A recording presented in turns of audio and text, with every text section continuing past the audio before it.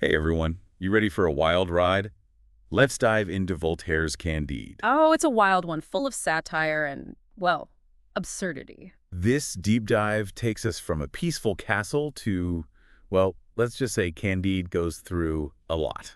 He does, and through Candide's experiences, Voltaire tackles some big philosophical questions.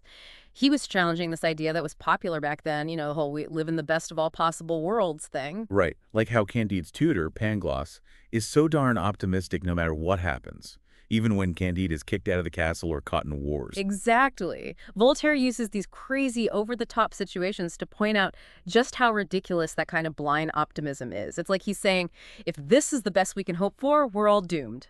It makes you wonder if Voltaire thought Pangloss was, like, naive, Mhm. or maybe just in denial about how much bad stuff happens in the world. Right. I mean, take Candide's time with the Bulgarian army. Brutal stuff. Voltaire doesn't sugarcoat the horrors people are capable of inflicting on each other. Which makes a kindness Candide experiences later even more jarring. Like when he meets James, the Anabaptists talk about a complete 180 from the violence of the army. And that's Voltaire for you. He throws these extremes at Candide, these stark contrasts, and it forces us as readers to confront a difficult question.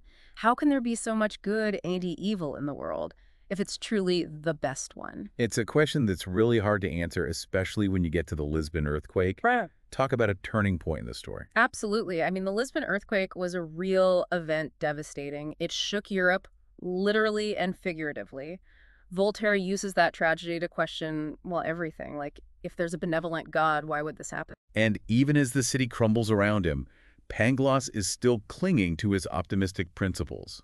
Which, let's be honest, comes across as pretty insensitive in the face of such widespread suffering. It makes you wonder, was Voltaire trying to show Pangloss as out of touch? Like, dude, read the room. This is not all for the best. Right. And it's through that satire, that sharp wit, that Voltaire tackles some huge issues. We're talking wealth inequality, religious hypocrisy. Voltaire uses Candide's experiences to critique the society he was living in. It's almost like Candide is on this absurd obstacle course of fate. He finds a little bit of good, and bam, another disaster. And that gets to the heart of another big question. Fate versus free will. Does Candide have any real agency in his own life, or is he just being toyed with by forces beyond his control? And just when you think it can't get any worse, Candide stumbles into El Dorado. Ah, El Dorado, a hidden city of abundance, equality. It's tempting to see it as utopia. Right, it's almost like Voltaire's saying, okay, here's what could be possible if things were different. Exactly. El Dorado is more than just a fantasy. It makes you question the nature of wealth and power. I mean, they treat gold like pebbles there. You imagine. People are genuinely kind, no greed or hunger for power. It makes you wonder, what is it about our world that makes those things so corrupting? Is it even possible to have one without the other? And what's crazy is Candide decides to leave. Even with all that abundance, he can't stop thinking about Cunigund. It's like even in paradise, he's still yearning for something more or someone. Makes you think about the power of love, or maybe just the power of longing. Right, like he's held on to this image of her for so long. Who knows what she's actually like now? Exactly. It makes you wonder if he's really in love with Cunigund or just this idea he has of her. And speaking of skewed perceptions, we can't forget Candide's run-in with the Orions. Voltaire uses that encounter to slip the script on who the real Salvages are. Oh, absolutely. The Oriolans, who Candide sees as barbaric, they end up being more humane than the Europeans he represents. It's like Voltaire saying, don't be so quick to judge. Your so-called civilization has its own problems. In time. He's challenging the whole idea of European superiority, especially during a time when colonialism was rampant. It makes you really examine those power dynamics, who's really calling the shots and who gets to tell the story. But anyway, Candide's adventures continue. He ends up traveling with Martin, the scholar. Ah, yes, Martin. If Pangloss is all sunshine and rainbows, Martin is, well, a bit of a downer. To say the least. He's like the ultimate pessimist. Right. But he serves an important purpose. He challenges Candide's worldview, forces him to confront the darker side of things. It's like Voltaire saying, okay, it's easy to be optimistic when things are good, but what about when life throws you a curveball? What then? Exactly. Martin's cynicism, even if it's a bit much sometimes, it adds some much-needed balance to the story. Then talk about curveballs. Candide runs into some down-on-their-luck royalty. Those 6 dethroned kings, they show that misfortune doesn't discriminate. You can go from riches to rags in the blink of an eye. Right. 1 minute you're wearing a crown, The next, you're sharing war stories with Candide over dinner. It's a reminder that we're all human, all vulnerable to the twists and turns of fate. And speaking of fate, guess who reappears? Wait, hold on. Let me guess. It's Pangloss, isn't it? And maybe even the Baron. You got it. Both back from the dead, or at least what seemed like death.